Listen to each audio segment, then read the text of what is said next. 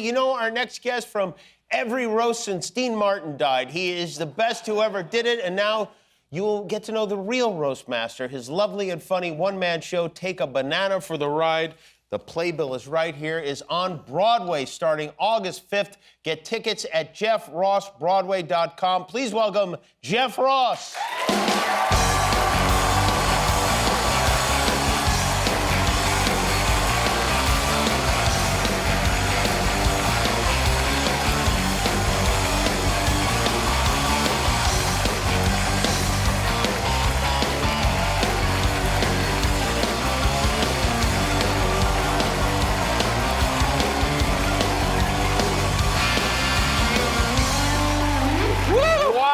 It's like Halloween here tonight between you and Charlie. No, I had to bring the nunchucks, Jimmy, because I wanted to protect Guillermo. I saw some ICE agents walking around outside. I got your back. I know you can't run away right now. Oh, thank you so much. I love this guy. Oh, my God. I'm going to tell you something right now. I don't want to embarrass you, but I can see your nipples from here. Yeah.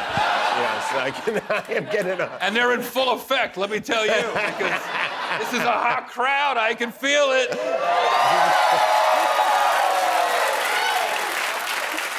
Thanks for getting the word out about my show, Jimmy. This is so exciting. I haven't seen the playbill. That looks really good. Did you come from your dojo? What's going on here? What? I don't know if you know this, but I'm the second youngest black belt in the United States when I was 10 and a half. I did know that. You know I knew that. You know why? You've told me 4,000 times. I put the Jew in jiu-jitsu. Kosher Kai. And now you're putting the pizza in Dojo also. You look like Pikachu or Pikachu. Now I study Taekwondo nuts. Let's go, baby. You look like a highlighter pen. I had to think about that. Then I was like, oh yeah. I'm dressed in a banana-colored gi. Yeah, and this is the... I swing out in the nunchucks during the Broadway show, and we're not selling the first 2 rows in case I drop them. That's a good idea.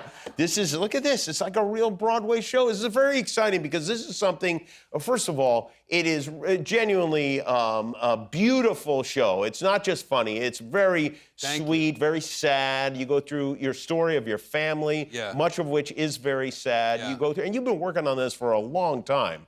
It's funny you mention it because I found some old notebooks from when I was 15. And there's stuff in there that I wrote about my mom that I'm actually using in the show. So I've been working on this show my whole life. What kind of stuff did you write about your mom?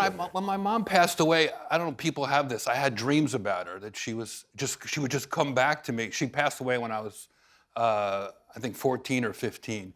And I would just dream that she was just alive.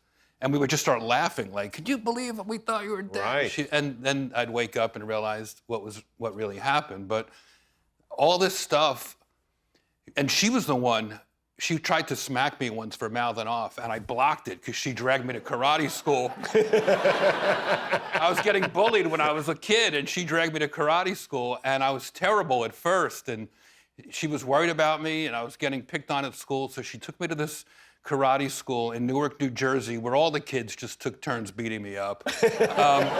But it toughened me up, and it gave me, resilience and thick skin, and I learned hard work pays off, and I got a black belt at 10 and a half. 10 and a half years old, you're on a black belt.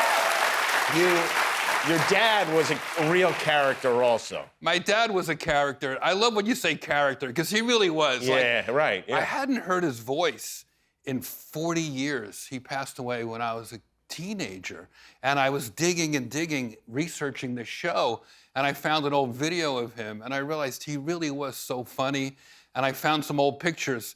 My dad was a caterer, and he came home one Saturday night from work in his tux with a pocket full of cash, and my high school friends I thought he'd be mad. We were playing poker and drinking in the kitchen, and he really didn't care, and he saw that my friend Hamo, hey, what's up, Hamo? And he saw that Hamo was kind of crying, because Hamo had lost $100. He was crying? He was crying because he was down $100. And that's a lot of money in high school. Sure. It was a long time ago. So my dad was like, oh, don't worry about it, Hamo. And my dad goes over to the fridge and he pulls out a stick of butter. and he puts it on the poker table, and he pulls out $100. He says, "Hey, Mo, if you could eat this stick of butter in 3 minutes, you can keep the $100. And my friend Hamo took 3 bites, he threw up in the sink, and my dad gave him $47. I don't know what the moral of the story is, other than my dad was a character. That's the moral of the story. I have like most of us, I think I get my sense of humor from my parents. One of the things that you've added to the show, because I saw it for the first time, a version of it like 25, 26 years ago, is your cancer situation, your diagnosis, and how what's going on right now with that? Well, tell people the story in case they don't know. I was doing this show about my family and how to get through tough times, and I went in. My pal Jordan said, "You really need to go get a colonoscopy." You know, I was already in my 50s and I'd never gotten a colonoscopy. And Jordan is a famous hypochondriac. Yes. So when you hear that from Jordan, like he says that to everyone all the time. But to his credit, he was right. I went in, I had no symptoms, and I had a tumor in my colon. And you always think it's never going to happen to you, and it happened to me. And I had surgery last summer. I had 7 inches of my colon removed.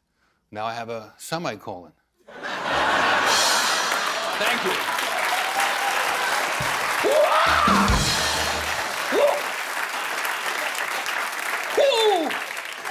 Jordan Rubin.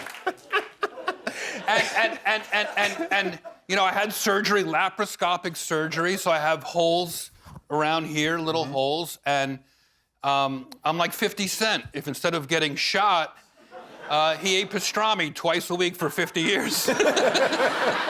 And now, I mean, you seem physically very, well, I wouldn't say fit, but nimble. Nimble is what I was going to say. Oh, no. My oncologist, it was like, Jeff, the good news and bad news. The bad news is you're going to need 6 months of chemo. The good news is you lost your hair a long time ago. So I look like The Rock if he ate everything that he smelled he was cooking. But you know what? I'll tell you something about this show. It's a very joyful show, and if you like, I love the classic Broadway shows, Jimmy. If you like Annie, you'll love my show, because I play the bald guy and the orphan. I love Broadway. If you love Fiddler on the Roof, I love Fiddler on the Roof, but if I were a rich man, I wouldn't be doing 8 shows a week. Don't cry for me, alopecia. If you like Wicked, you'll love my show, because I defy gravity every time I get out of a chair. Jimmy, you know, you've been a big supporter of this show for a long time. That's true. I love this show. You had the VHS, and you would remind me every couple years, don't forget about your Take a Banana for the Ride. That's right. So I really credit with you with all that moral support, and also just this, getting the word out for tickets and people that come to Broadway. And it's going to be like summertime in New York. It's crazy what's happening in the world, and I feel like this will be a good relief for people. Yeah, for sure. And also, but I'm a little worried because you keep, besides this issue that you had in your colon, you also had this allergic reaction to, it'll tell everybody what you had an allergic reaction to. I was up in Northern California doing the show, and you know, I'm always want to eat after the show, so I always find whoever owns restaurants in these towns, and this guy's like, come to my place. So I take my band and my friends, and we go to eat. And I'm just like eating everything. And then they go, this is burrata ice cream. I never heard of that. It had like peppercorns and pistachios. And it wasn't burrata cheese. It looked like a burrata thing. And I was like, it was so delicious. And then I got back to my hotel and my lip just started blowing up. Yeah. It looks like I got hit in the face with some nunchucks. It really does. I mean, I've never seen a lip blow up like that. That's crazy. Yeah. It's from my new Broadway show, Phantom of the Opera. What were you allergic to? Do you know yet? I haven't quite figured it out. Oh, that's good. now I have to walk around with an EpiPen for the rest of my life until it happens again. Do you really have an EpiPen now? Yeah. Oh, wow. I'm like a little kid with a peanut allergy. Yeah, you are. You probably do have a nut allergy of some I kind. gotta work it into the show. Hello, dairy. Oh, hello, dairy. Jeff, who will you roast next? Are you going to do another Netflix roast? On We will do live? another. We will do another live. Have you spoken to the Pope, the new Pope?